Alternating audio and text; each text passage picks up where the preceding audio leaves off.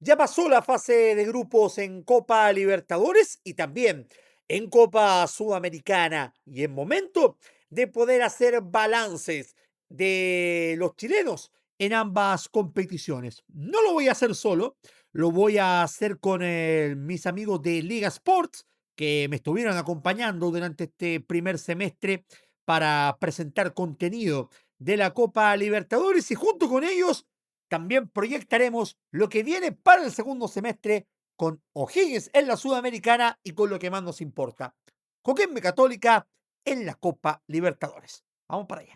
Como habíamos dicho en la presentación, para hablar del desempeño no solamente de Coquimbo y de Católica en la Copa Libertadores, sino también dar un espacio a lo que dejaron los equipos chilenos durante esta primera fase de grupos en Copa Sudamericana, que es mejor que uno que acompañó a través de Liga Sports, con quien estamos haciendo, por supuesto, este video, la campaña tanto de Palestino como de Audax Italiano y también del propio O'Higgins de Rancagua, con suerte bastante dispar en todos los casos. Sebastián Perecini, como siempre, es un gusto compartir contigo. ¿Cómo estáis?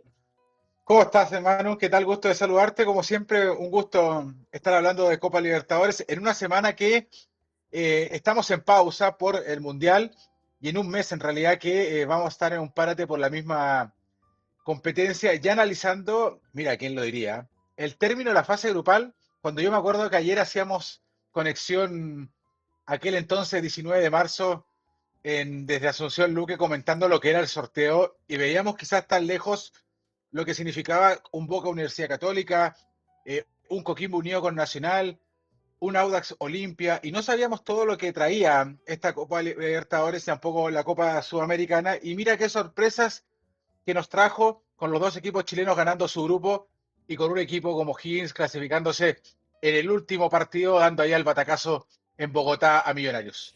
Es así, pero vayamos por parte, vayamos por equipo en este caso.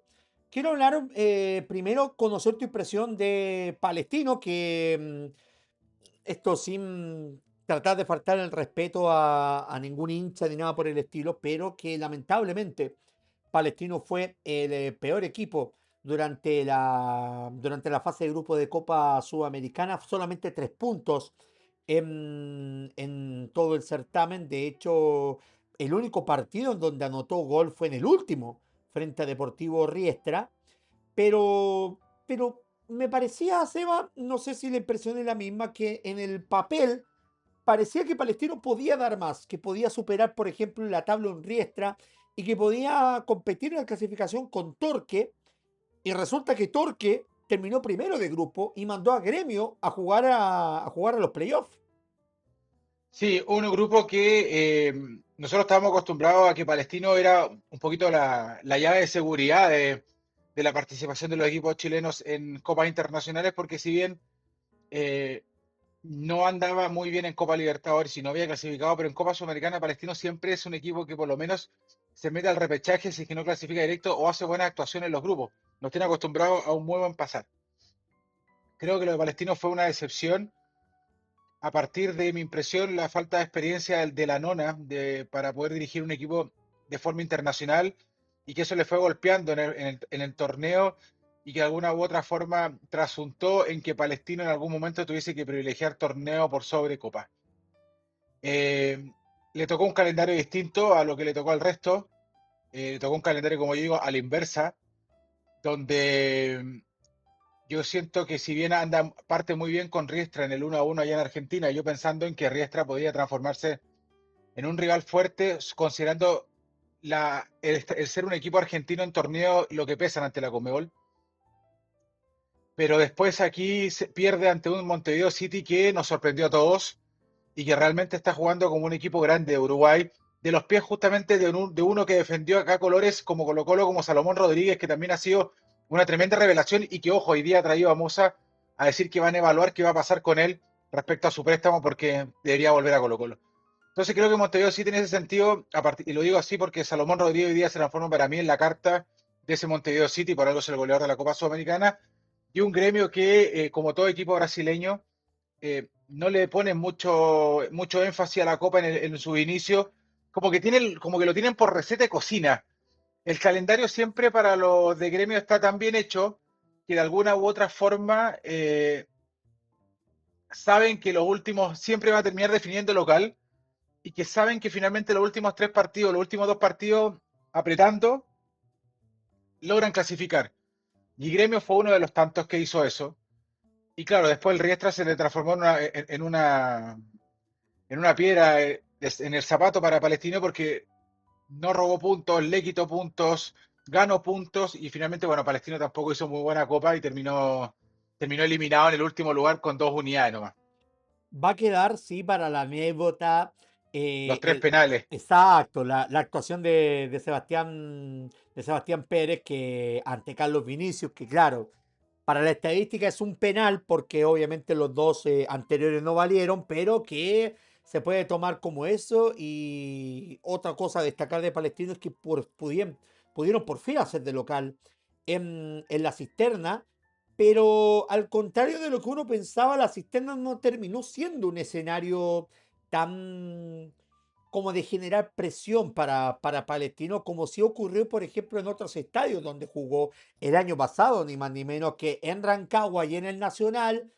El equipo era mucho más fuerte jugando de local que en la cisterna, pero eso no quita el hecho histórico de parte de Palestino de poder hacerse respetar su localía en su estadio. No, absolutamente. Creo que, ahora, sí mérito para Palestino porque creo que haber hecho debutar al estadio de forma internacional habla también un poco de que los esfuerzos valen la pena y finalmente después se trasuntan en estas situaciones. Palestino no tuvo que arrendar nunca más un estadio para poder jugar una Copa Internacional y eso se valora. Pero creo que en esta pasada a la cisterna no hizo tanta presión. Pero más allá de eso, Manu, me quedo con el juego palestino. Creo que Palestino podría haber hecho más, creo que le podría haber hecho más partido a City Torque local, creo que le podría haber hecho más partido a Gremio de local. Siento que cuando un equipo queda de local muy al debe y después al final queda eliminado, es como que la justificación de la eliminatoria pasa un poco por ahí, que es un poco lo que conversábamos y que vamos a entrar en algún momento con Católica. Exactamente. Si no haces un gol de local, es difícil poder clasificar. Entonces, lo de Palestino me trasunta en la deuda que tuvo como local antes que analizar cualquier cosa. Y eso no solamente tiene que ver el estadio, sino que también el juego que mostró la Nona Muñoz.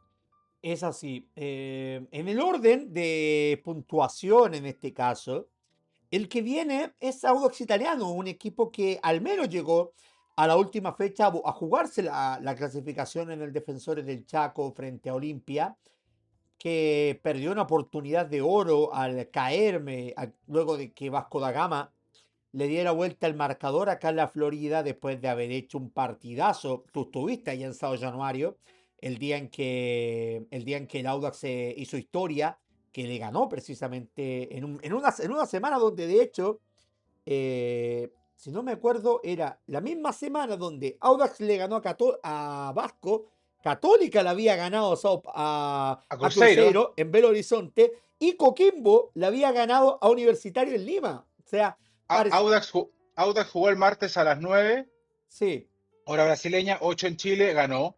A las 10 hora chilena jugó Coquimbo Universitario, ganó Coquimbo 2-0 allá en Perú. Y al otro día fuimos a Belo Horizonte a hacer el partido de Cruceros con Católica, donde ganó el cuadro de la franja por 2-1. de hecho, ¿sabes que se acordaba de eso? Bruno Sampieri, de Frecuencia Cruzada, que se acordaba de que tú estabas allá en Belo Horizonte el día ese. Pero yendo a lo concretamente con algo italiano, perdió dos partidos como local que me parece que marcaron este camino. El primero, ante Olimpia, y que ahí parecía que Auda jugaba solamente por cumplir.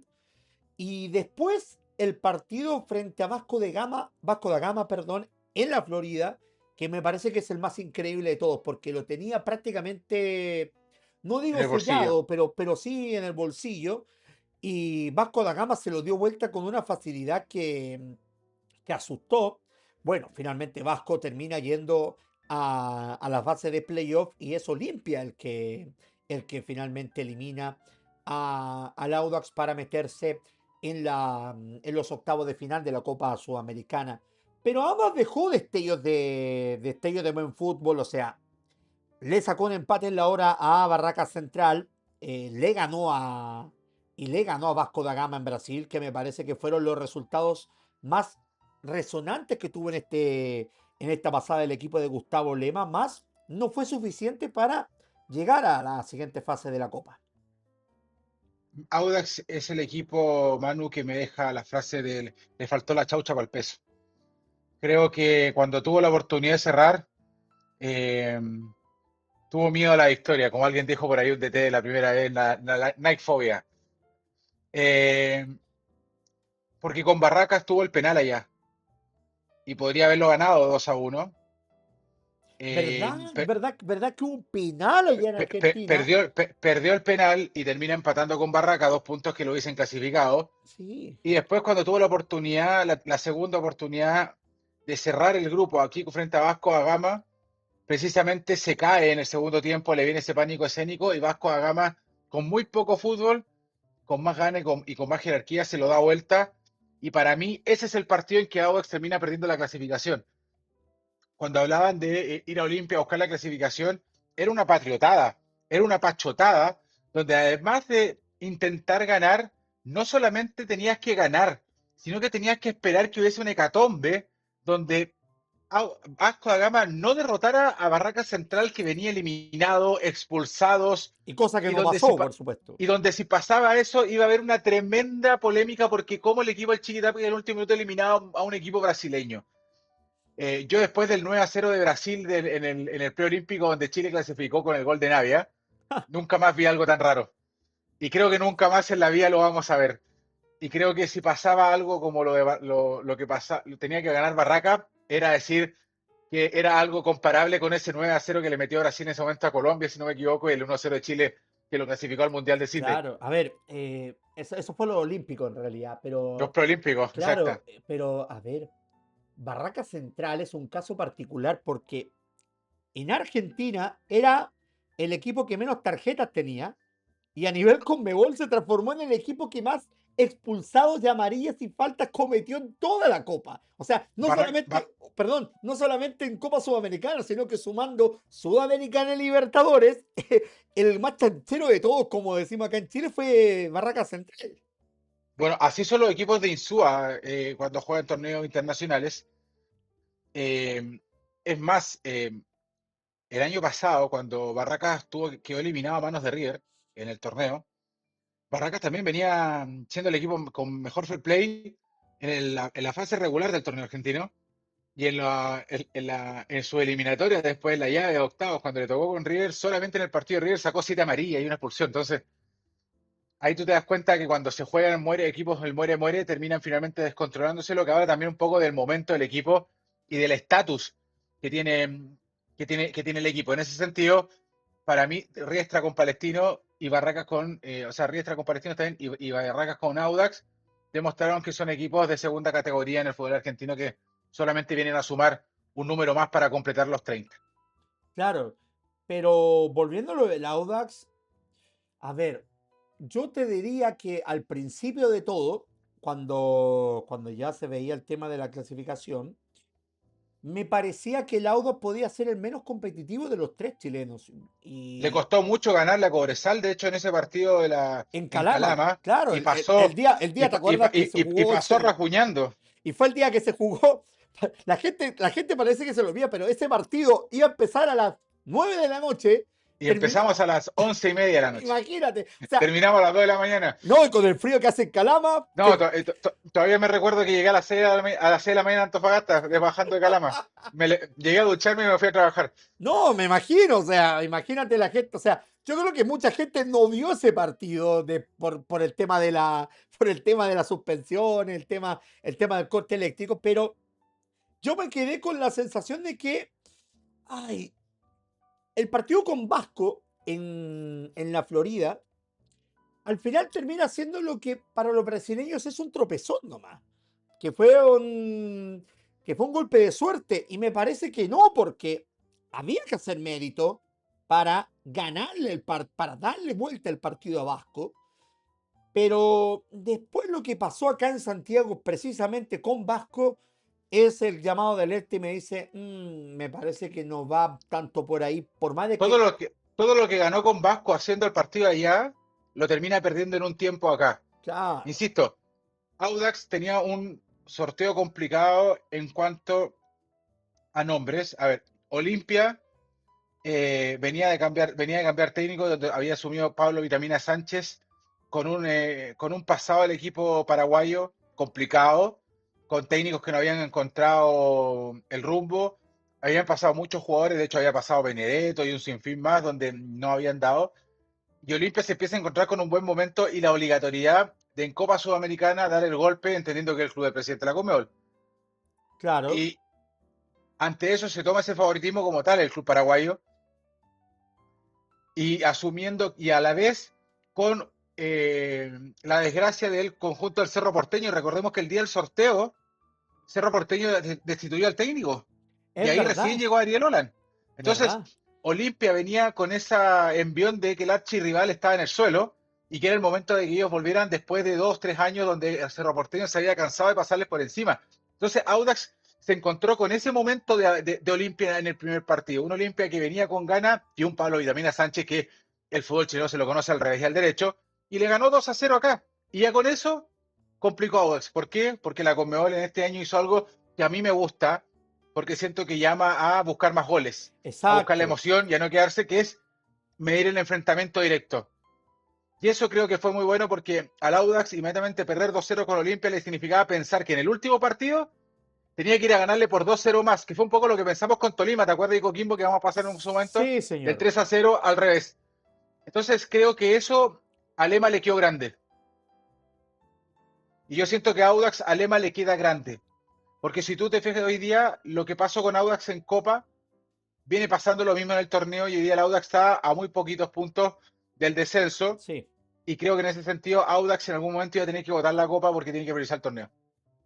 Daba la sensación, pero me parece que después del triunfo con Barracas, obviamente que se envalentonaron y todo lo que podía pasar con eso. El tema también que no ayudó a lo de Audax fue que en Paraguay Vasco perdió con Olimpia y eso obviamente que marcaba un escenario que iba a ser muy complejo porque, por ejemplo, si hubiese ganado Vasco allá, me parece que Olimpia estaba con toda la presión para el partido con el Audax, pero en este caso me pareció que aceleraron después del autogol del Audax, aceleraron un poco y listo, se acabó la historia para el Audax que de menos a más fue que a ver, hizo más puntos que Palestino, hizo buenos partidos, obviamente hay que rescatar para mí el partido en Sao Januario, pero sí quedó en esa deuda de poder haber hecho más, sobre todo de local en esta copa.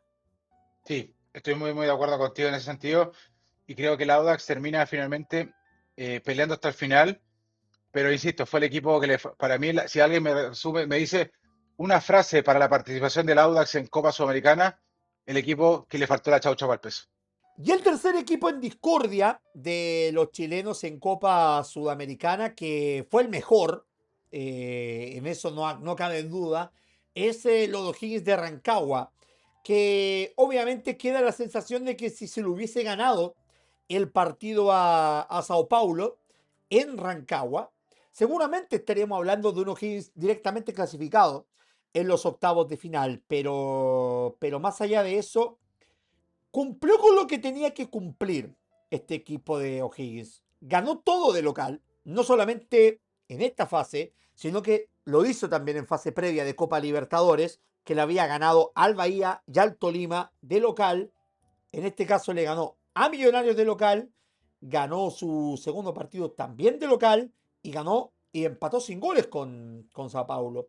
El problema fue de visitante en sus encuentros, salvo el último, que fue precisamente frente a Millonarios, un duelo que a mí me daba la sensación que los colombianos estaban muy confiados de que en la altura, con su gente, iban a clasificar y O'Higgins en 20 minutos prácticamente liquidó el partido, en menos de 20 minutos liquidó el partido a su favor, por más de que en el segundo tiempo Millonario descontó, pero es muy meritorio, demasiado meritorio lo que hizo Higgins, viniendo de una Copa Libertadores donde la sensación que nos daba es que La chaucha va al peso es lo mismo, contra Lima. lo mismo, la chaucha para el peso, pero en Copa Sudamericana me parece que no fue tanto así, cumplió con lo que tenía que cumplir y a la hora de ir a rescatar un triunfo en Colombia lo hizo y ahora espera nada menos que a Boca Juniors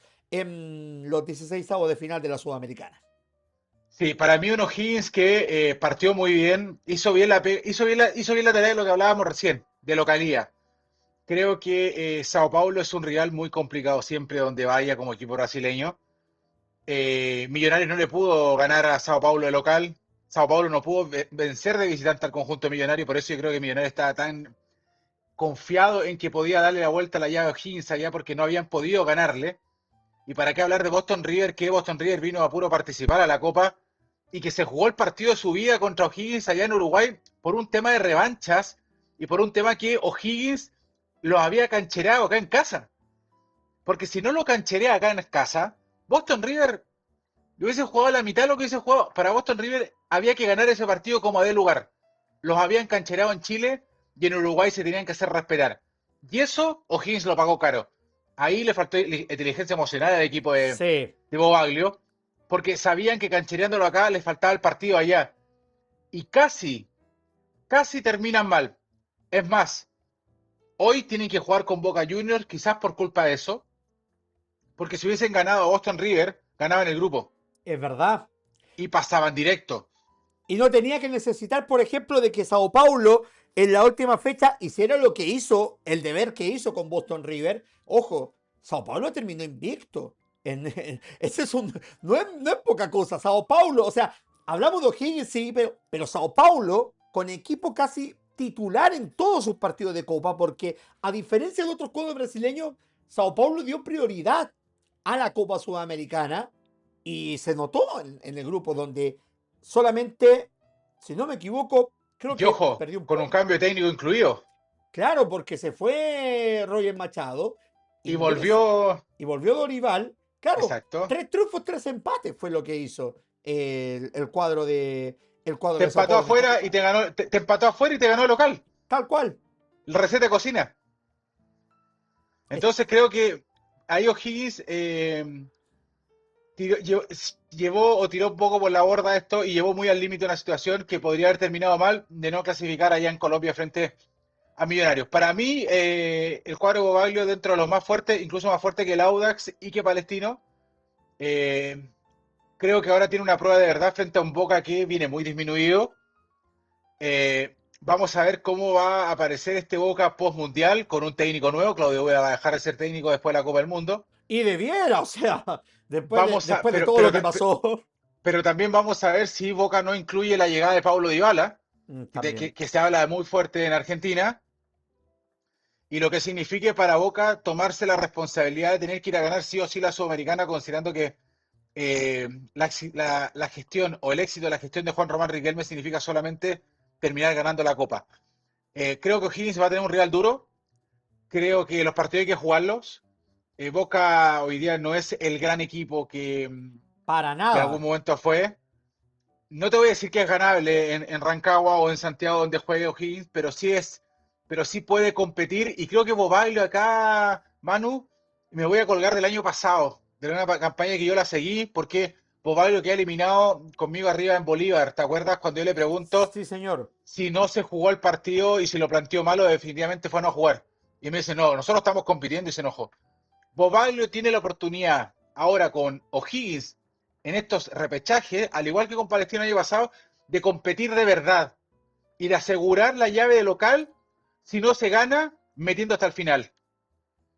Y hay la bombonera, que pase lo que tenga que pasar y la historia que se deba contar, entendiendo que ir a jugar al templo siempre es complicado desde su entorno, de la historia, desde el contexto también, porque Boca se hace fuerte ahí. Hay un, hay dos cosas que hay que mencionar de lo que viene con O'Higgins, o tres en realidad. La primera, el trabajo del equipo de O'Higgins me parece que es fenomenal, o sea, tiene muy buena figura, o sea, no tiene una gran figura que destacar ya. Si tuviésemos que obligadamente mencionar una figura, te diría que Omar Carabalí puede ser una figura, pero sería no mencionar a Faúndes, a Miguel Brizuela, Alan Robledo, que cuando se recuperó volvió a estar en forma, a, a Lucho Pavés, el mediocampo de O'Higgins de Rancagua, que no tuvo a Ravelo, de hecho, en su momento, pero Felipe Ogaz estuvo muy bien en esa zona. Los Martín Sarrafiore, lo de Francisco González, ni hablar. Arnaldo Castillo, Es un que. equipo completo en el fondo. Exacto. Es un equipo. Funciona como equipo. Sin destacar individualidades, anda como equipo. Por eso te digo, para mí el equipo más fuerte que tuvo Chile en Copa Sudamericana. Y claro, en el fondo lo vemos en esta situación porque para mí el punto de inflexión, así como el de Audax fue el partido de Vasco, así como el de Palestino fue el partido con Montevideo City Torque, para mí el punto de inflexión de O'Higgins pasa en el cancherismo que le mete a Boston River, que los calienta a los uruguayos y que los esperan allá con todo en el mítico Centenario de Montevideo y que le ganan un partido donde se jugaron la vida. Boston River, ese partido se jugó la final de la Champions League. Hoy es que yo te digo, hay partidos increíbles. A ver, porque esto no es solamente porque haya pasado en este partido, pero es un sino del fútbol chileno el tema de la falta de manejo emocional de estos partidos. O sea, a mí me da la sensación que, por ejemplo, en esta Copa Libertadores que ya vamos a hablar, hubo manejos emocionales que estuvieron muy certeros eh, de parte de Coquimbo y de parte, sobre todo, de Universidad Católica. Pero te diría que a mí lo de O'Higgins, el partido con Boston River no debió haberlo perdido en Montevideo. No había una razón fuerte para que lo perdiera. Aún así, termina descontándole y haciéndole partido a Boston River que era una tromba en el primer tiempo. Y te encuentro razón en ese sentido. Claro, entonces, a ver, yo entiendo que el objetivo era llegar a, ojalá, octavo de forma directa. Luego Higgins es misión cumplida, sin lugar a dudas, porque me pareció que debió haber tenido mejor suerte a nivel internacional el cuadro coquimbano. Ya había ganado en Brasil, ya había ganó ahora en Colombia, tomándose revancha también de lo que pasó con Tolima en Libertadores. Pero tengo la sensación de que era una menos. Y lo de Boston River entra ahí, que era una menos. Era, a ver, yo entiendo que quieras cancherear ante tu gente porque Boston River no es un gran equipo del fútbol uruguayo y esto obviamente los números están, o sea, Montevideo City Torque fue mucho mejor fue el mejor uruguayo, o sea, porque ni Nacional ni Peñarol pasaron en Libertadores y los dos quedaron eliminados. Solo Nacional quedó en Copa Sudamericana, pero Juventud nada. Y para qué decir de Boston River. Entonces, como que hiciste una de más. Hizo una de más O'Higgins y eso terminó pagándolo finalmente. O sea, no pensó que le quedaba el partido de vuelta y que a Claro. Boston River había que volver a enfrentarlo. Porque a Sao Paulo te aseguro que no lo hubiesen canchereado acá en Chile.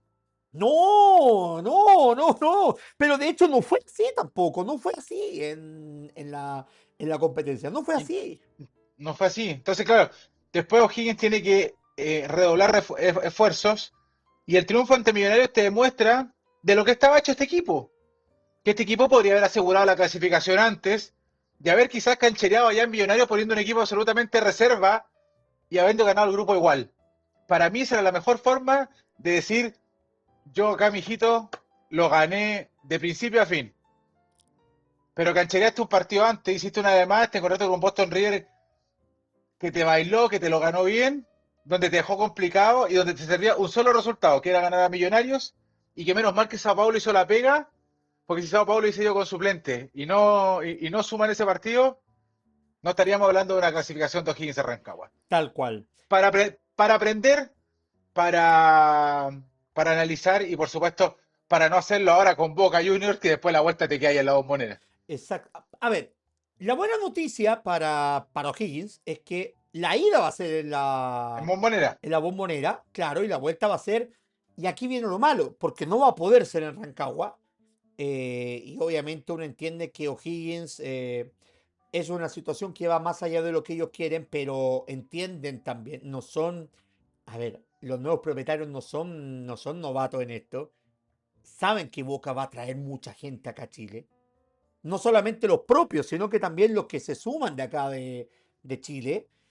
Ya pasó con Católico, o sea, el caso más claro ocurrió precisamente en San Carlos de Apoquindo. Pero ahora la situación es diferente porque el que va a tener la sartén por el mango va a ser O'Higgins de Rancagua y eso puede ser o muy bueno o muy malo. ¿Monumental o Nacional?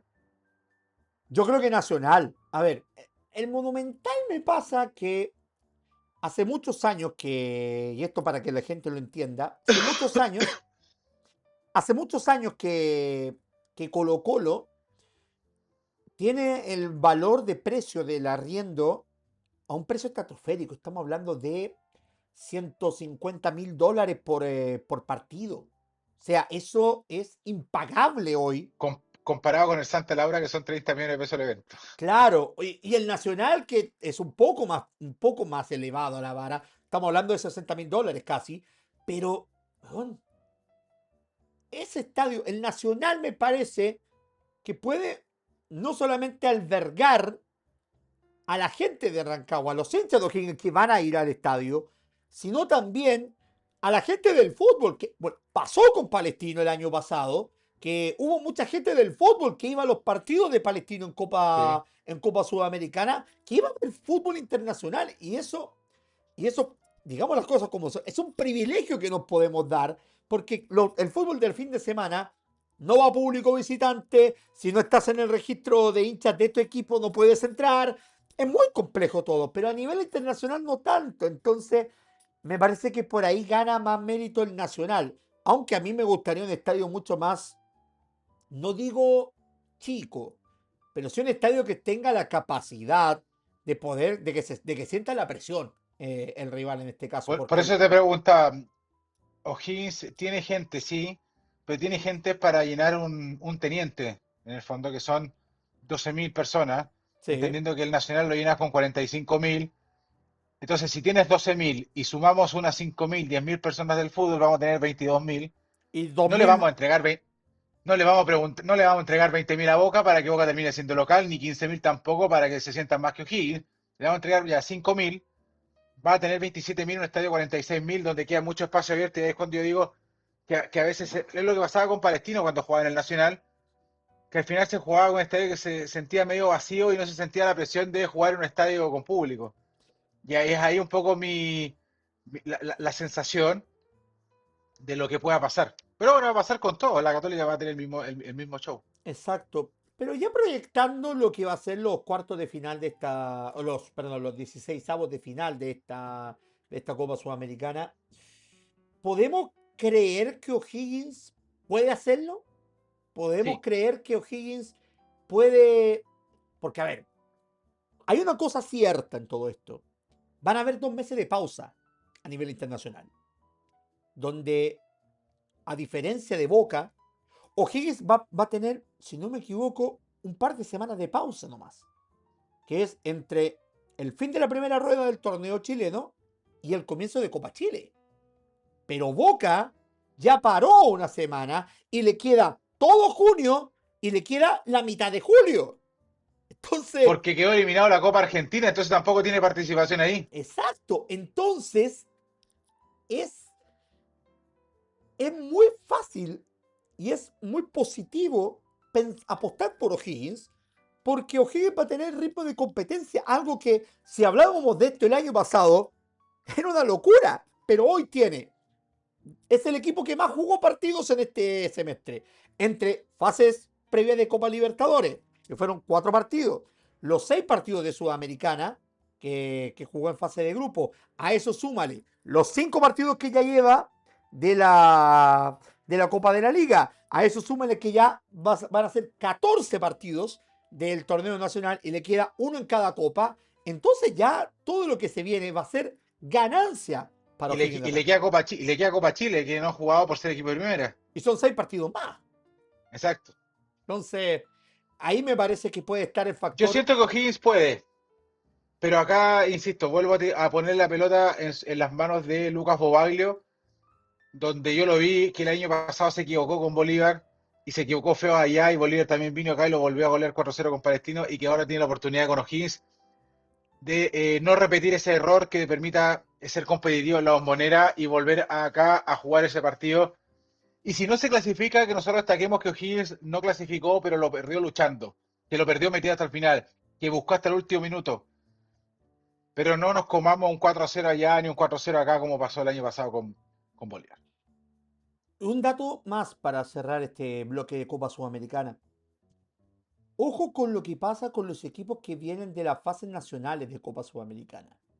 Porque en los últimos años, los equipos chilenos que han hecho mejor campaña en copas son los que vienen de Copa Libertadores, ya sea que perdiste en fase previa y entraste a fase de grupo, o que jugaste la fase de grupo Libertadores y pasaste a playoff de Sudamericana.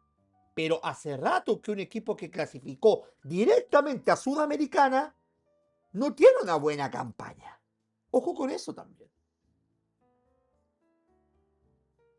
Datazo. Datazo porque eh, vamos a ver ahora, por ejemplo, con el tema de la Copa de la Liga y la Copa Chile también cambiaron y se dan cupos distintos para las copas.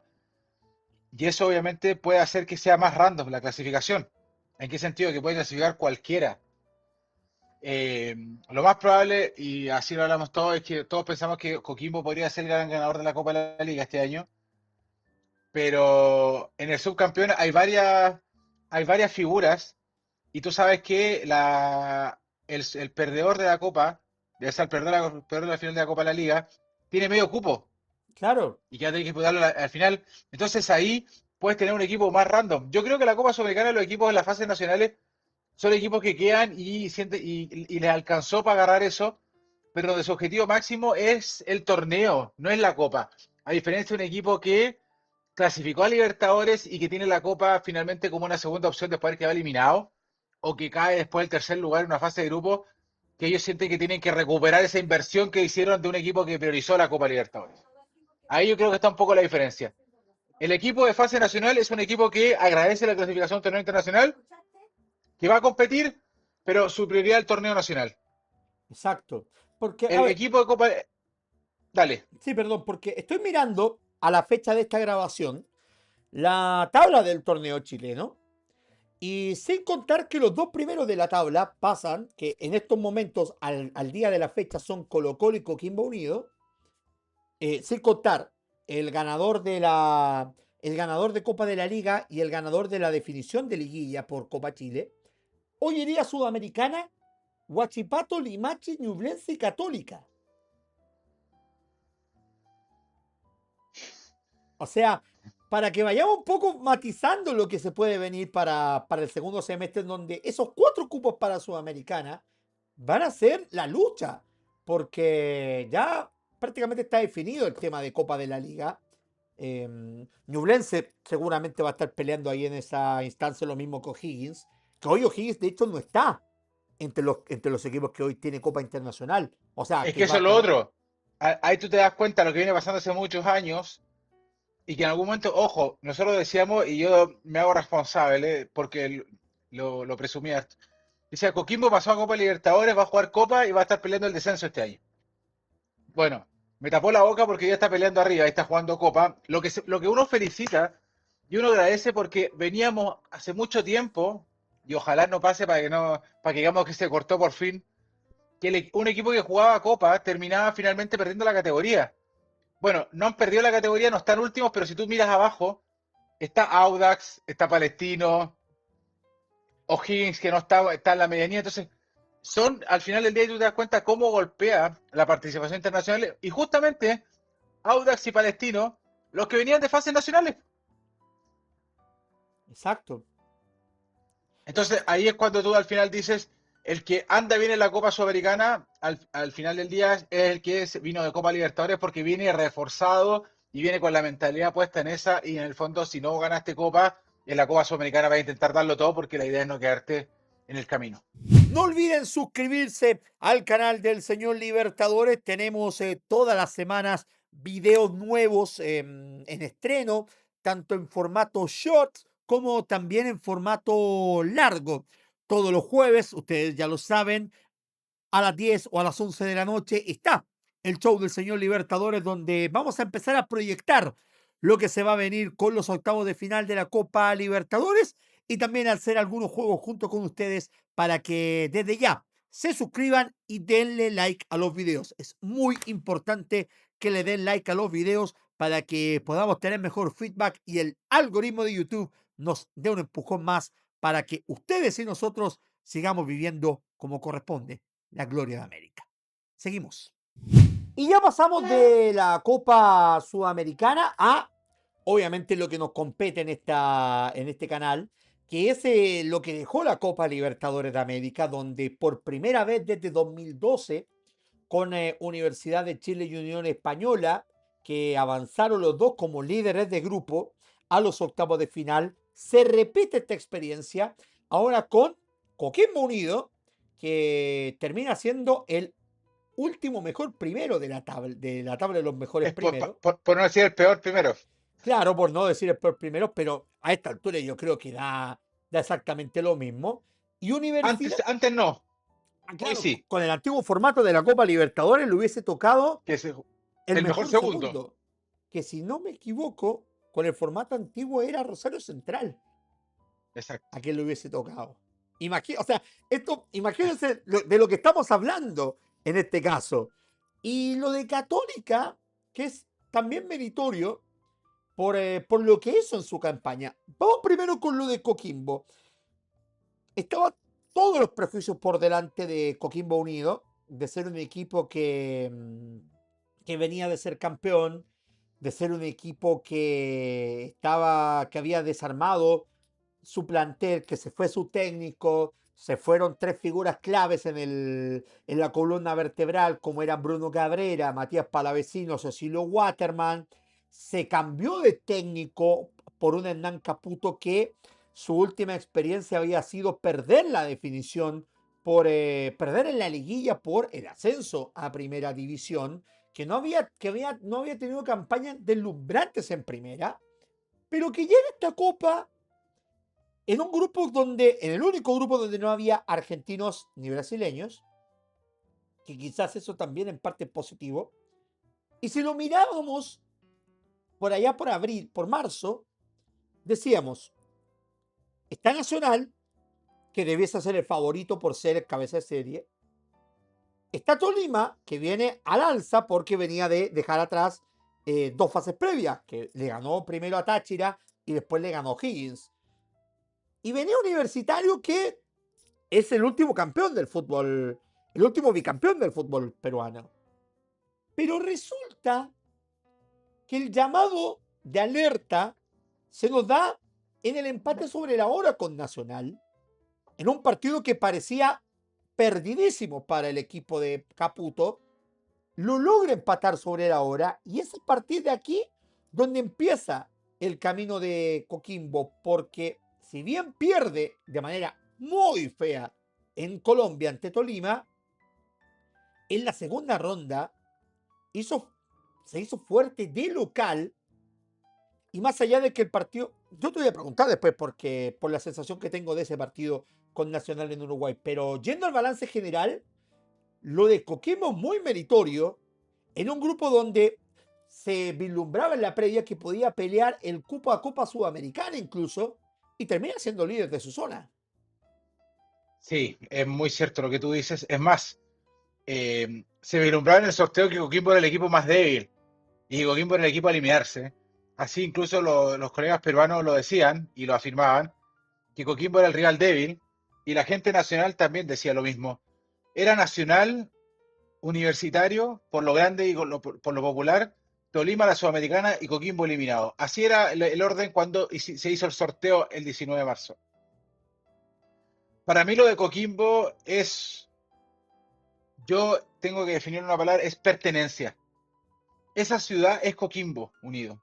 Desde que tú llegas está la bandera aurinegra, la galería es la ciudad completa.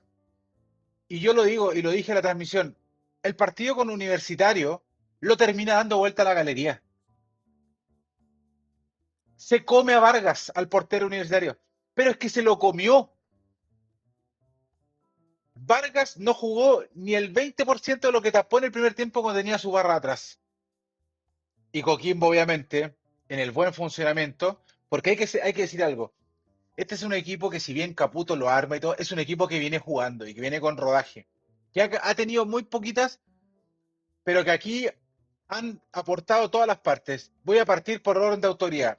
Desde el alcalde desde la ciudad de Coquimbo, Ali Manucheri, que ha viajado a todos con ellos, y soy testigo, desde el hecho de tener una cancha como corresponde, un estadio como corresponde, dar todas las facilidades para que la comuna y la gente se meta, desde Jorge Contador, el presidente con quien hablamos ese día en Nacional, de cómo ha ido haciendo el trabajo paulatino y en tanto en infraestructura, en menores y armando, de un Pablo Morales que el tipo, así como Antofagasta en algún momento tenía ojo para traer arqueros y trajo 5 o 6 años a distintos arqueros que eran figuras, Coquimbo ha tenido un ojo con los 10 terribles. Y hoy ojalá un jugador que había estado en la Juventus, que uno puede pensar que viene de vuelta y el tipo te la rompe en el medio. El tipo tiene una jerarquía que hace que sea el 10 distinto. Con un Lucas Prato que con 37 años quizás juega el 40% de lo que lo vimos jugar en sus mejores tiempos en Católica. Pero un tipo que te empuja, un tipo que te mete experiencia, un tipo que te arrastra marca, un tipo que te lleva la pelota. Johansen lo mismo, hoy día lo vimos en el partido con Limache. El Mono Sánchez, cómo se transforma atrás en un líder. Entonces, es lo mismo que hablábamos de O'Higgins. Es un equipo que a lo mejor en esta pasada sí tiene figuras puntuales muy importantes, como es Dybala, como es el Chato Chandía, como es Zavala, el mismo Mono, pero en general es un equipo completo. Y aquí yo siento que le ha dado buen rodaje Caputo, siento que le ha dado buena armonía de equipo, pero siento que también el 60% de la clasificación y el 60% de lo que hoy día Coquimbo es y gana es gracias a su gente. El sentido de pertenencia que tiene el conjunto aurinegro es terrible, digno de admirar. No sé si la 12 Boca canta más fuerte que la Galería Norte, yo te lo digo, y soy responsable.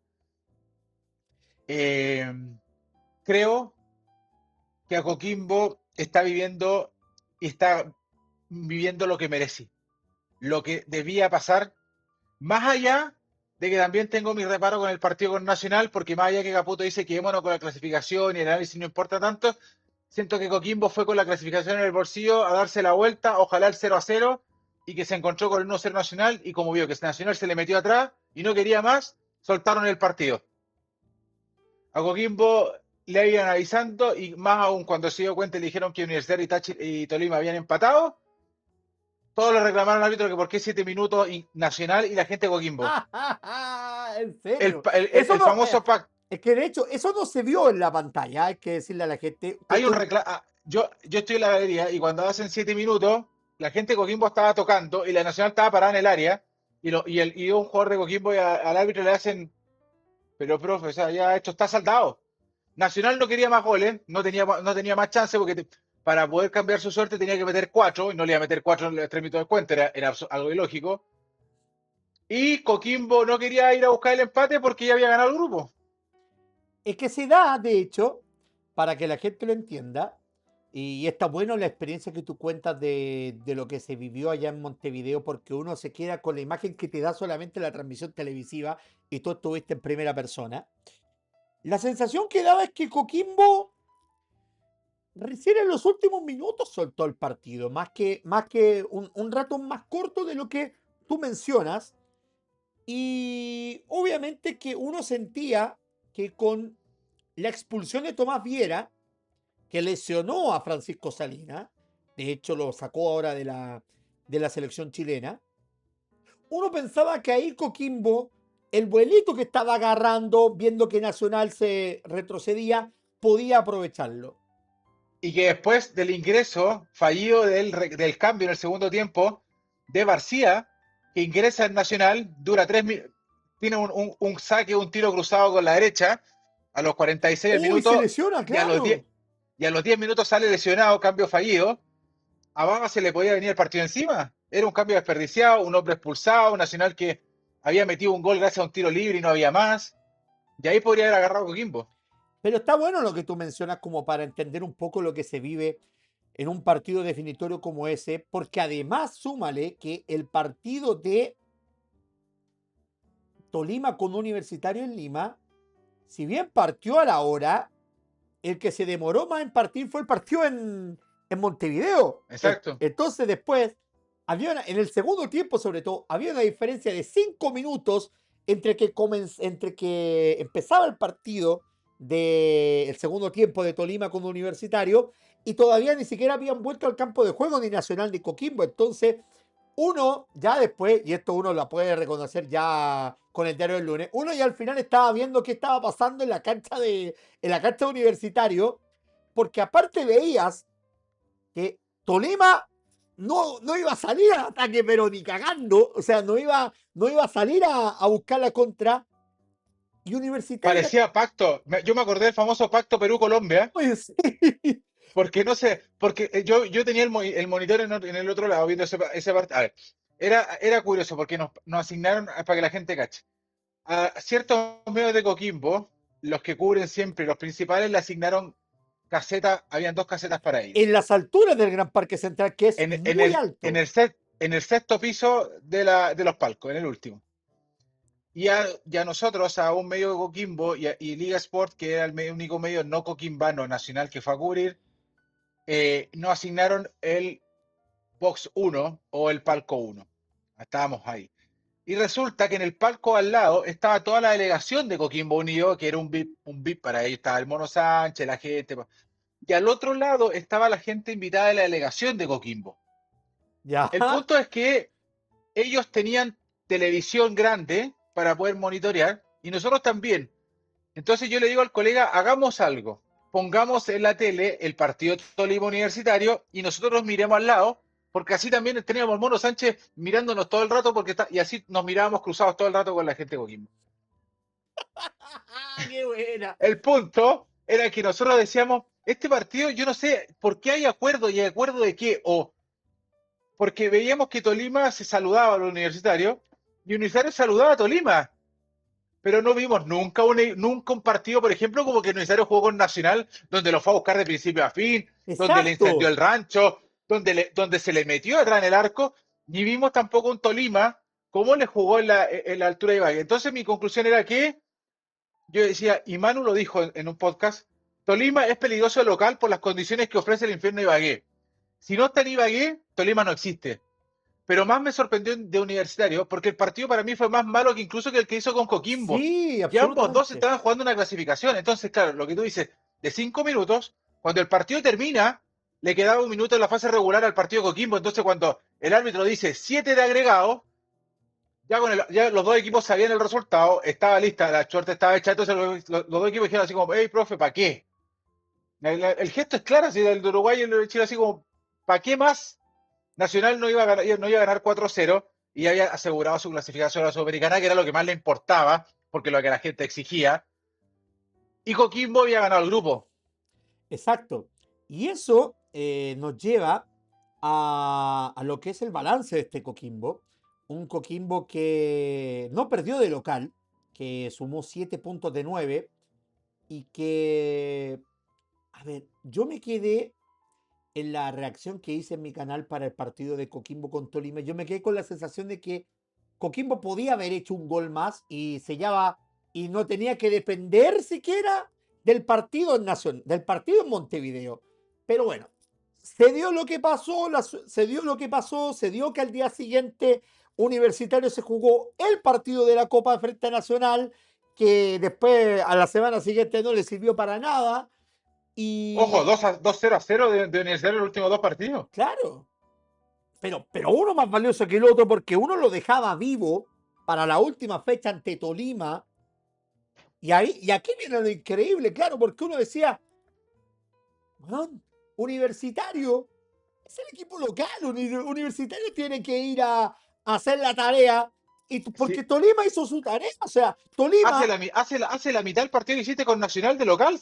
Si a Nacional de local le ganaste 4-2 y lo metiste en el arco con jugadores con expulsados, con penal y con lluvia y con todo. Se lo ganaste claro. muy bien en Perú.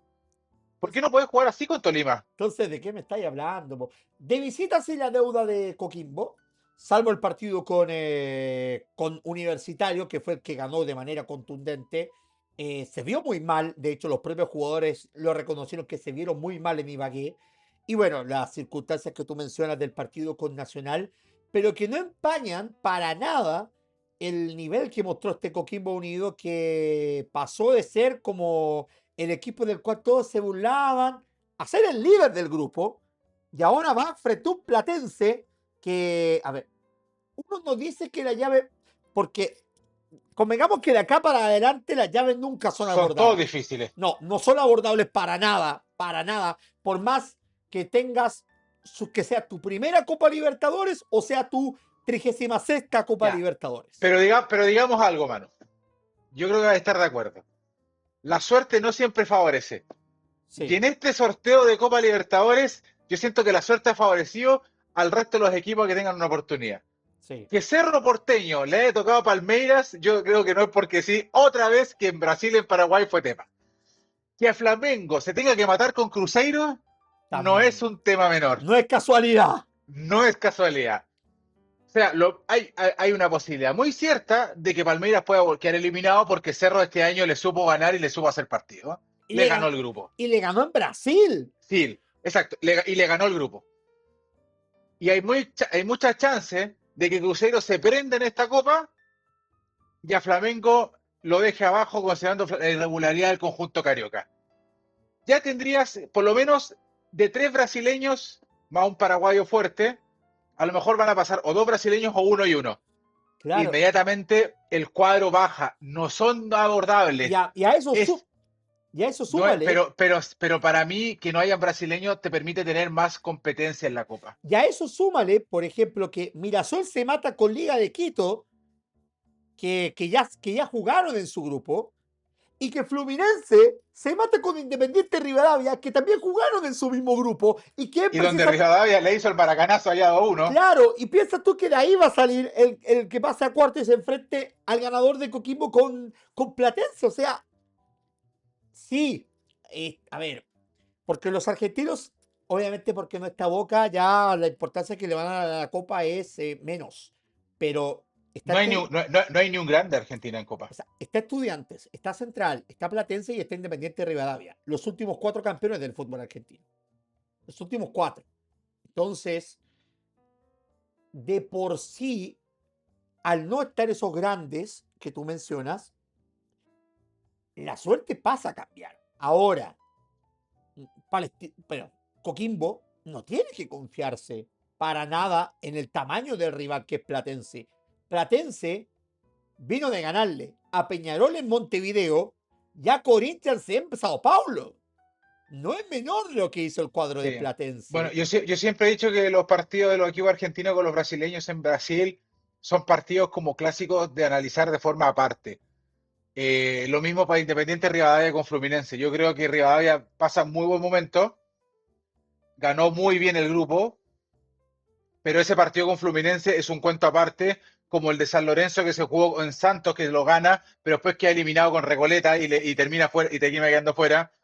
Como Platense en Corinthians, un brasileño jugar en Brasil tiene un significado muy especial. Entonces el partido se vive de otra forma, se ve de otra forma, se analiza de otra forma y se juega y se plantea de otra forma. Ahora, lo de Fluminense, yo creo que aquí tiene la oportunidad de Fluminense de hacer su revancha y bajar a un Independiente Rivadavia.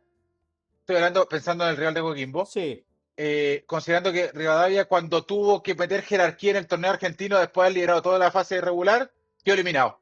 sí, Y que podría quizás repetir ahora la situación. Y un Fluminense que de ganar un poco vendría a reparar todo el proceso difícil que ha tenido este primer semestre. Recordemos que en ese grupo de Fluminense, Manu, en algún momento estaba Deportivo La Guaira de Venezuela de primero, de líder, es y verdad. estaba Fluminense con un punto atrás metido en la cola. Y de hecho, si no es porque Bolívar, por la crisis política que tiene que bajar de La Paz hasta Santa Cruz de la Sierra, yo no sé si la suerte hubiese sido la misma.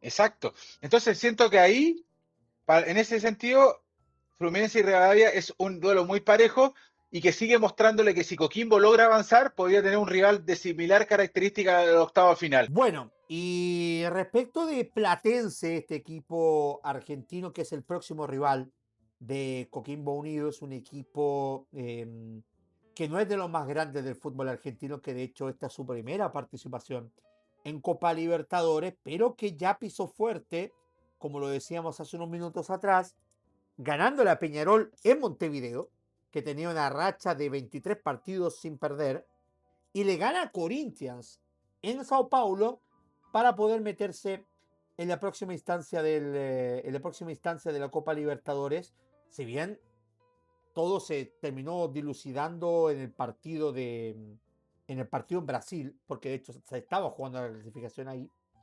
Y va contra un Coquimbo Unido que, a ver, si los ponemos a la par, me parece que están muy a la par, tanto Coquimbo como Platense, en cuanto a la historia en Copa Libertadores. Lo de Platense es complicado al igual que los equipos argentinos. Tú lo dijiste recién.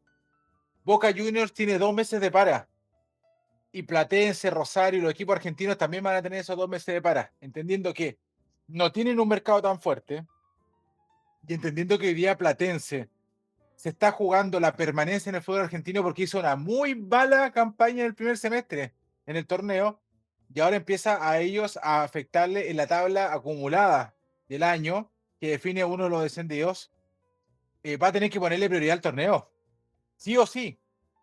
Entonces se le van a juntar 2 meses de para, la prioridad al torneo argentino y la fecha de Copa Libertadores, con un plantel y con un equipo que no tiene la misma capacidad económica que Boca, que River, que un grande. Entonces no sabemos si va a poder reforzarse de tal magnitud de poder darle de aguantar a lo mismo que viene con Independiente Rivadavia. Y ahí es cuando digo que a veces esos equipos juegan más a la patriotada. Y ahí Coquimbo tiene la oportunidad de poder aprovechar. Y eso es lo que va a ir a buscar el equipo de Hernán Caputo, que recordemos la ida va a ser en la semana del 11 de agosto en Vicente López, en Buenos Aires. Ahí es muy cerca del barrio de Saavedra. Ahí hay un puente, de hecho, que Vicente, cruza la Vicente General López, Paz. Vicente López está, cruza la General Paz, es el barrio vecino de Núñez. Recuerda, con Exacto, River Plate son primos. exactamente. Y la vuelta va a ser acá en el Francisco Sánchez Rumoroso, lo que me parece que con el factor hinchada que tú mencionabas minutos atrás, puede ser Y clave sin para que butacas. y sin butacas, porque de hecho, digámosle a la gente, el estadio de Coquimbo tiene capacidad para 18.000 personas. Actualmente, Con butacas. claro, actualmente por el criterio de Conmebol, a partir de octavos de final tiene que ser para capacidad mayor a 20.000 personas. Entonces, por eso se va a utilizar el tema de las butacas y van a solicitar la excepción a la Conmebol para no perder en ventaja, porque si no, tendrían que venir a Santiago para poder jugar este partido. Y me parece que pierde mucho Coquimbo si le sacan el partido de Coquimbo. Exacto. O tendría que ir a jugar donde su vecino, que no lo va a hacer nunca, que le esté en la portada. Que tiene la misma capacidad, pero bueno. Lo de Coquimbo es importante porque va a estar en su estadio y creo que eso le da la identidad. Yo creo que Coquimbo, y lo digo, el 60% de la hinchada para mí ganó el partido. Y creo que va a ser súper importante que Coquimbo pueda definir de local, tanto con Platense o con quien le venga. Creo que ese estadio juega. Ahora, sí, Manu, y soy creo, un testigo y algo yo sí pediría que a lo mejor intentasen mejorar un poquito el tema de la luminosidad. Creo que hay sectores de la cancha que se ven bastante negros y eso quizás es el punto más débil que tiene hoy día el Francisco Sánchez Rumoroso. Eso con el cuadro de Coquimbo Unido. Y pasamos al mejor chileno en copas internacionales, sin lugar a dudas que fue Universidad Católica. Un equipo que curiosamente su mayor fortaleza no la hizo en lo que todos pensábamos que iba a ser su fortaleza, que iba a ser la cancha sintética de Clara Arena. De hecho, ahí obtuvo solamente 4 puntos de 9 posibles. Y como buen equipo paraguayo, como por el pasado que tiene su técnico Daniel Garnero, la fortaleza de Católica terminó siendo ganar de visita. Ganó por primera vez en la historia para un equipo chileno a Cruzeiro en el Mineirao de Belo Horizonte. Ganó por primera vez en la historia de un equipo chileno a Boca en la Bombonera y extendió su supremacía futbolística con Barcelona de Guayaquil. Estamos hablando de que mal, Católica hizo una enorme campaña para lo que se pronosticaba en el grupo de la muerte, que le gustó o no a San Pedri, que reclamaba, a ver, en el papel, o Católica peleaba la Sudamericana, o podía quedar eliminado. A ver, vamos por parte. Creo que primero la Católica parte muy dubitativa este torneo. Creo que el partido con Boca fue un partido absolutamente un paso en falso, mal planteado desde el técnico. Creo que mucho respeto a Boca, por lo que significaba, sin conocer quizás la realidad de lo que venía haciendo el conjunto de Boca. Y Boca lo gana, no sé si fácil, pero no lo gana con mucho oficio aquí en Lo gana Santiago. con la camiseta, digámoslo. Exacto. Ya después la Católica entendió que el partido se venía un partido importante con Cruzeiro la segunda fecha y le tocaba la tercera con Barcelona. Y lamentablemente se había dado una suerte de resultados que a la Católica hacía que cada partido fuese una final. Porque Cruzeiro le había ganado a Barcelona y quedaba con 3, Boca con 3. Jugaba con Cruzeiro de visita. Si ese partido Católica lo perdía, Católica quedaba eliminado Sí, pues, en la segunda fecha. es verdad. Y Boca dejaba a Barcelona como lo dejó con 0 puntos y quedaba 6-6-0-0. Y la segunda fecha, listo, la suerte zanjada. Y en la tercera fecha, la Católica tenía que ir a jugar a un difícil reducto de Guayaquil con Barcelona y entre los dos definir quién sumaba los primeros tres y quién se metía a la lucha por la Copa Sudamericana y el que perdía quedaba definitivamente, no matemáticamente, pero sí quedaba anímicamente fuera de todo. Que eso, perdón, Seba, que eso en tiempos antiguos de la Copa, uno podía decir que era cierta lógica que se daba, que el equipo argentino y el equipo brasileño pelearan por la cima del grupo. Exacto. Y pasa algo que para mí fue mágico. Creo que el 2-1 de Jimmy Martínez en el Mineirao le dio otro aire a la Católica. Resucitó a la Católica. Y después de eso, la Católica se transformó en otro equipo. Se transformó en el equipo fuerte. Le robó el protagonismo, le robó el favoritismo a Cruzeiro. Y a Cruzeiro el triunfo de la Católica lo mató. Anímicamente lo mató. De Y hecho, después, perdón, de hecho le afectó tanto que tuvo una pequeña rachita de derrota en el fútbol brasileño también. exacto. Pero como el fútbol no sabe de penas, sino que sabe de minutos que hay que jugar y las penas se pasan con fútbol, Cruzeiro vino y le dio el peor regalo a la Católica que podía darle, porque le ganó a Boca. Y Cruzeiro le dijo a la Católica, oye, aquí estoy, anda a ganar la Nacional, a Barcelona, perdón. Y tuvo la Católica que ir a ganar los huevos para ir a ganar la Barcelona claramente, allá a Ecuador. Y Católica finalmente con Barcelona demuestra que el equipo tenía jerarquía y para lo que estaba hecho. Y termina demostrando que puede clasificar. Y eso inmediatamente te mete en la historia porque, chuta, hasta ese momento era complicado encontrar la estadística de un equipo que hubiese ganado 2 de los 3 partidos de visita, Sí, pero tenía pues, una deuda, y yo lo dije en la transmisión. La Católica tenía una deuda de anotar en el Claro Arena por Copa Libertadores, porque si bien le había anotado a Boca, con Crucero estaba muy apretado y terminó 0-0. es Y verdad. un equipo que quiere clasificar tiene que ser fuerte de local. Y con Barcelona termina demostrando finalmente eh, y que le costó mucho que se le abriera el arco para qué estaba hecho. Ya después vino lo del partido Boca, que a mi parecer eh, Católica lo gana con un ángel que tiene en el cielo. Creo que si juegan 3 veces más, esa pelota que mete Monte al segundo palo, pega en el palo y sale, o pega en el palo en la línea y no se le mete más a Bray. Cuando las cosas tienen en el fútbol pasan, tienen que pasar. Así como el cagazo de Bernedo al momento de salir con una mano y se le suelta la pelota y atrás estaba Johan Valencia para sacarla en la línea, en lo que hubiese sido el 1-1 de Boca, claro. O como el gol que le anularon a Ángel Romero de Boca, también que podría haber sido, en cualquier circunstancia, podría ese factor haber jugado para Boca. Y eso haber provocado que la cosa hubiese sido distinta.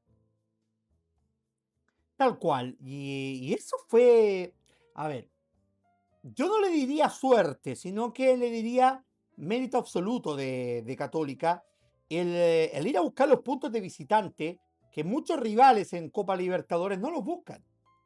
sobre todo en fase de grupo. Sí, absolutamente. No lo buscan, no se da, pero en esta pasada Católica fue inteligente. Y ahí creo que es importante lo que pasó. Creo que a Católica hoy día, si bien no ganó la fase regular de los primeros en los grupos y quedó con 13, hoy creo que Estudiante de La Plata era el rival que no quería enfrentar. Porque Estudiante, ojo, Estudiante se clasifica en el minuto 92 Gol de Mondarain ante Independiente Medellín. en el descuento, porque estaba clasificando el DIM. Y si el DIM no pierde ese partido 3-0 por Secretaría contra Flamengo, no se clasifica Estudiantes. Es verdad. Entonces, ahí, ojo con los equipos argentinos que le tocaron muy buenos chilenos. Ahora, lo más lindo de ir a Estudiantes es que tiene un estadio hermoso. El año pasado tuvimos la posibilidad, ahí estábamos con Leo Mora y la radio y tú también, de hacer el partido estudiante con la Con U. la U, claro. Exacto, y las condiciones es un estadio de primer nivel. Y creo que Católica tiene muchas posibilidades de hacerle un buen partido, pero ojo, Estudiantes a la U la metió atrás en la vuelta y le metió un 3-0 rotundo. Estudiantes de visita es peligroso. Yo estuve ahí en ese día, me acuerdo Exacto. perfectamente. Entonces, a no confiarse de que hacer el partido acá y ganarlo acá o salir con una buena sensación de acá, te signifique que en el Claro Arena Estudiantes no se va a ir a jugar la clasificación. Porque ya vimos cómo Estudiantes le metió un 3-0 a la U el año pasado, este año le hizo partido a Flamengo, el año pasado otra vez le hizo partido a Flamengo, y aquí en octavo de final es otra copa, todo de nuevo, Exacto, después de 2 meses de para. exactamente. Ya entrando en el final de este video, es hora de hacer nuestras proyecciones, porque obviamente Tiririrín. para eso vinimos, para poder empezar a pronosticar.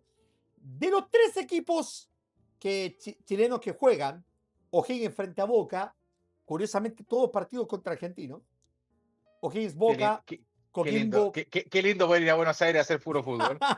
O'Higgins Boca, Coquimbo Platense y Estudiantes con Católica. Claro, los tres partidos son dos en Buenos Aires, en el Gran Buenos Aires, y uno que es en La Plata, que es afuera, en provincia ya de Buenos Aires. Y súmele que como Católica y Coquimbo ganaron sus grupos, esos dos partidos van a ser en la misma semana. O sea, te vas a Buenos Aires y te vas a un pack 2-1. Exactamente. Y ojo que también podría pasar, no sé si se juega antes o después los 16 de final de Se Sudamericana. juegan ahora el 21 de julio en los Ahí está. 16 avos y el resto se juega el 11 de agosto. Ahora, claro, si gana O'Higgins, va a tener que ir a jugar en esa fecha con Recoleta, Paraguay. Exactamente, equipo que viene a eliminar a San Lorenzo de Almagro en Buenos Aires. A ver, ¿cómo le va a O'Higgins frente a Boca en Copa Sudamericana? Yo, con la fe que tengo, creo, y con el momento que está Boca, creo que O'Higgins tiene una buena posibilidad de pasar. El favorito es Boca, pero creo que siempre he dicho que cuando de atrás pica el indio en la frase, y creo que de atrás puede picar perfectamente el conjunto de O'Higgins Rancagua si es inteligente y hace una muy buena llave considerando la ventaja deportiva que tú decías de los meses y el ritmo competitivo. La poca importancia que le da Boca a la Copa Sudamericana me parece que puede ser un factor que puede aprovechar O'Higgins para poder sellar su clasificación a octavos de final. Me encantaría que eso pasara. Coquimbo con Platense. Me parece que acá también vamos a hacer un pleno porque me parece que están las condiciones dadas para que Coquimbo pueda meterse en cuartos de final por primera vez en su historia de la Copa Libertadores. A ver, creo que si analizamos el uno por uno, creo que Coquimbo tiene una gran responsabilidad y una gran situación a mejorar, que es el rendimiento de visita. Creo que Coquimbo, si juega como jugó con Tolima en Ibagué, no la va a pasar bien en Buenos Aires con Platense, y entendiendo que el partido de día también tiene una importancia porque un triunfo abultado del conjunto argentino podría complicar a la vuelta a Coquimbo. Y creo que Coquimbo debe jugar como jugó con Universitario, y creo que debe jugar como local frente a lo que hizo con Tolima. Creo que Coquimbo podría pasar la llave, entendiendo que tiene más experiencia y jerarquía a nivel internacional que Platense. Por lo tanto, sabe de momentos y sabe manejar más estos momentos que el conjunto argentino, entendiendo que también Platense debe priorizar el torneo. Entonces creo que ahí Coquimbo tiene una gran llave. Si tú me preguntas, no van a ser goleadas ambos partidos, pero creo que Coquimbo debiese pasar la llave con mucho esfuerzo y con mucho huevo. Acá yo voy a dar mi razón. Bueno, ya hablamos de Coquimbo, pero entramos al último partido, el de Católica con Estudiantes de La Plata. Va a costar mucho, me parece. Va a ser un partido de estos durísimos de Copa Libertadores. De 180 minutos. Exactamente. Pero me parece que... A ver, ¿por qué le pongo fichas a Católica? Y acá no voy a venir a ocultar el tema. Yo quiero que Católica pase a cuartos de final de la Copa Libertadores. Por, por su buen rendimiento de visitante y por lo que puede hacer de local también en ese partido. Me parece que si logra una buena ventaja, si logra un buen resultado, mejor dicho, en La Plata, que no es fácil, de hecho a Flamengo le costó, vieron ustedes, si logra un buen resultado en La Plata, creo que puede ser histórico lo que veamos con dos chilenos en cuartos de final. Creo que Católica viene con el envión de Boca, viene con el envión del torneo, que le va a servir incluso para el torneo nacional. Insisto, lo mejor que le puede haber tocado a los equipos chilenos de enfrentar a los argentinos es que en Argentina hay una para de 2 meses. Y que eso, Católica y Coquimbo y también O'Higgins con Boca tiene que sacarle provecho. Aún más, entendiendo que la primera y la llave de ida se juega en Argentina. Y creo que es el momento para poder asegurar allá o por lo menos irse con un buen resultado. Creo que venirse con un empate para la Católica, considerando el momento estudiante desde, acá, desde Argentina, asegurar en el estadio San Carlos o en el Club Arena es un buen resultado. Pero ojo con Estudiantes, que Estudiante es un grande que hoy duerme, quizás no está pasando el mejor momento, no está en tan buena sintonía como lo vimos el año pasado, pero no deja de serlo. Y tiene muy buenos jugadores. No le vaya a pasar lo mismo que la Universidad de Chile esa vez, cuando ganó muy bien en Argentina y después terminó perdiendo feo 3-0 de local. Exacto. Llave cerrada, pero creo que por todo lo que ha hecho la UC, lo que ha demostrado la UC, va a pasar Universidad Católica a cuartos de final. Vamos a ver si cuando volvamos a hacer este video en la previa a cuartos de final no tengamos que hacer el balance de O'Higgins, Coquimbo y Católica, sino que proyectar lo que viene para los tres equipos. Seba, te agradezco por el tiempo y nada, pues invita a la gente para que siga el torneo. Vamos a pedirle permiso al jefe que usted tiene, don Manu Zúñiga, para que en agosto a lo mejor pueda ir a hacer la gira con nosotros y el señor Libertadores pueda vivir ahí en pleno por supuesto también la Copa Libertadores, que le ha tocado vivirla desde lejos y sufrir como tantos chilenos con estos dos equipos. Habrá que hablar entonces, oiga, Seba. Suscríbase al canal del señor Libertadores, suscríbase también a Liga Sport porque, bueno, el fútbol sigue el mundial, pero en Chile hay actividad, Primera B, Copa de la Liga y también Primera B. Exacto. Hay primera vez, exactamente. De hecho, está bien peleado arriba, equipos del norte peleando arriba el ascenso. Hay Copa Chile incluso, así que también, pero vamos a estar, yo creo, Manu, hablando de harta Libertadores, de harta Sudamericana en este mes de porque vamos a estar haciendo hartos análisis y evaluaciones y lo que dejó, lo bueno, lo bonito, lo feo y lo importante, como alguien decía por ahí, de todo lo que dejó, porque también hay hartas cositas de la fase de grupo que pasaron, bastantes fails, bastantes cosas raras. Va a haber que hablar, va a haber que hacer un nuevo encuentro para hablar, ¿eh? Sí, por ejemplo, Gustavo Álvarez, que siguió sin pan ni pedazo. River lo deja fuera en el torneo nacional con San Lorenzo y lo deja fuera Recoleta en el último partido. ¿Quiénes fueron las grandes decepciones de Alan Bascopen en fase de grupo? Que también da para un buen programa. Hoy habrá que hacerlo entonces. Seba, te agradezco como siempre y Como siempre, un honor. por supuesto, y suscríbanse al canal del señor Libertad y al canal de Liga Sport que tiene todo el fútbol chileno por delante. Nos vemos. Vamos por los 3.000 de Manu. Vamos por los 3.000 de Manu, que yo confío en que va a llegar. Ya Un pasamos los abrazo, 2000. Manu. Sí, 2027 iba a ir. Ya Sí. te dijeron el año. Sí, ya me dijeron. Y nos vemos en una próxima oportunidad.